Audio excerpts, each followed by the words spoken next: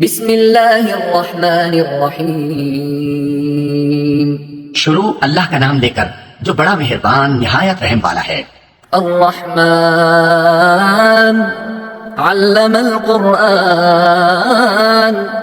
خلق الانسان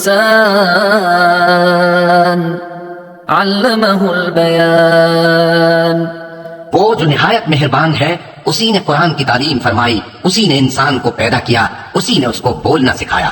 الشمس والقمر بحسبان والنجم والشجر يسجدان والسماء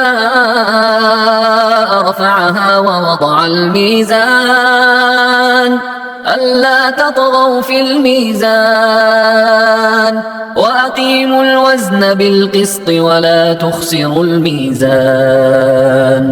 سورج اور چاند ایک حساب مقرر سے چل رہے ہیں اور بوٹیاں اور درخت سجدہ کر رہے ہیں، اور اسی نے آسمان کو بلند کیا اور میزان عدل قائم کر دی کہ اس میزان میں حد سے تجاوز نہ کرو، اور انصاف کے ساتھ ٹھیک تولو اور تول کم مت کرو. والأرض وضعها للأنام فيها فاكهة والنخل ذات الأكمام والحب ذو العصف والريحان فبأي آلاء ربكما تكذبان.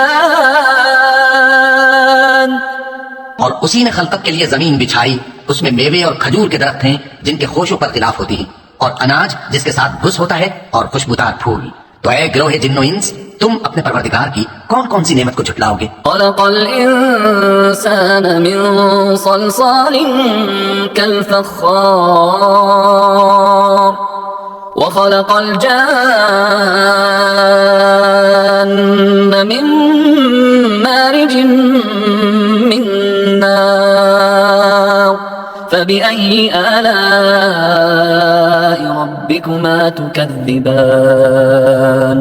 اسی نے انسان کو ٹھیکرے کی طرح کھنکھناتی مٹی سے بنایا اور جنات کو آگ کے شعلے سے پیدا کیا. تو تم اپنے پروردگار کی کون کون سی نعمت کو جھٹلاؤ گے؟ رب المشرقين ورب المغربين فبأي آلاء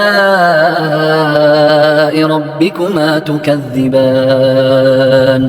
وہی دونوں مشرقوں اور دونوں مغربوں کا مالک ہے، تو تم اپنے پروردگار کی کون کون سی نعمت کو جھٹلاؤ گے؟ مرج البحرين يلتقيان بينهما برزخ لا يبغيان فبأي آلاء ربكما تكذبان.